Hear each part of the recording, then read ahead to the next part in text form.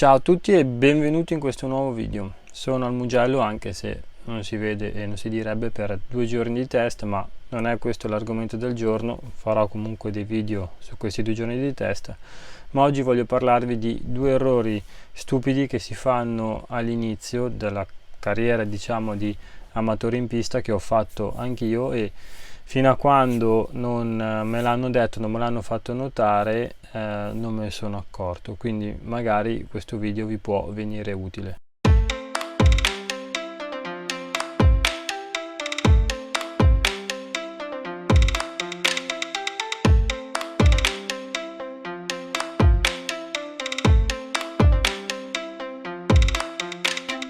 Sono 2 errori stupidi ma assolutamente non banali, e se non si commettono si riesce a migliorare veramente tanto. Errore numero 1: la scalata. All'inizio avevo una scalata stradale, come penso la maggior parte delle persone che dalla strada si spostano in pista, che sarebbe freno e poi scalo con calma. E invece alla prima giornata che ho fatto in pista con il buon Pedercini, la prima cosa che mi ha detto mi fa che i piloti scalano in altra maniera, e cioè così.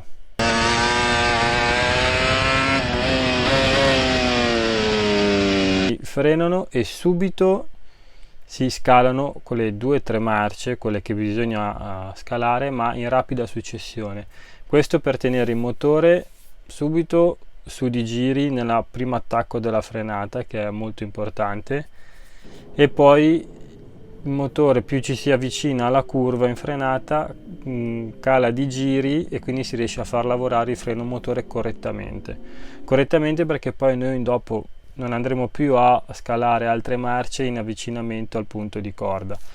Se invece noi utilizziamo una scalata stradale, quindi freniamo e poi scaliamo queste 2-3 marce non rapidamente, ma con un certo lasso di tempo tra una e l'altra, il freno motore non lavorerà correttamente, perché il motore scenderà di giri, poi risalirà ancora di giri e riscende e risale. Questi su e giù che deve fare il motore fa lavorare il freno motore sempre in maniera diversa, e non riusciamo a prendere le misure con il punto di corda. E scalando in questa maniera qua su una pista come Varano, all'epoca un paio d'anni fa giravo intorno al 15, scalando in questa maniera qui in una pista corta come Varano ho tirato giù 1,5 secondi.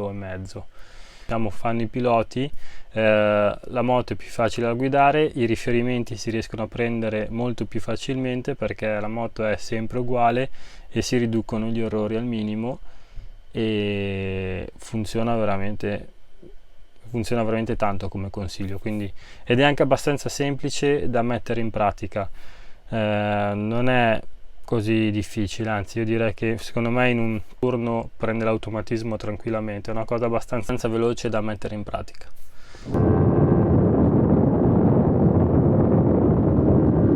L'altro consiglio invece è stato quello che su ogni rettilineo, seppur breve, bisogna sempre mettersi in carena. Vedo, anch'io all'inizio facevo questo errore, vedo molti amatori che anche su rettilinei lunghi non stanno bene accucciati giù, ma un po' una via di mezzo, e invece bisogna stare belli stretti, belli compatti, belli accucciati in qualsiasi rettilineo, anche più cortissimo tra una curva e l'altra. Questo perché ci permette di essere ovviamente più aerodinamici, stancarci meno la parte superiore, il collo. Sembrerà banale, ma anche su una pista come il Mugello, se non si sta bene in carena, si sta un po' fuori, si prende un sacco di aria e a fine giornata il collo fa veramente male. E io che ho corso con le naked, che cupolino non c'era, ne so qualcosa. Quindi belli stretti, belli accucciati giù. Ci aiuta anche nella fase di, diciamo, curva, soprattutto nella parte finale, perché se noi siamo, diciamo, belli esposti per far curvare la moto e poi ci dobbiamo rimettere alti, facciamo un grande spostamento e non riusciamo a chiuderci. Se invece noi stiamo belli accucciati, quando dobbiamo ritornare in posizione non faremo più questo lavoro qua, ma faremo questo.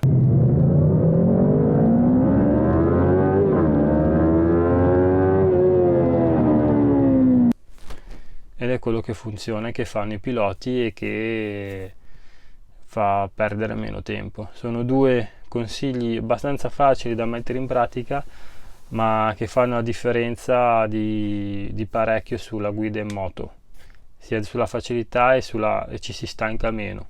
Video brevissimo, ma spero che sia molto utile, e mettetelo in pratica perché a me è servito.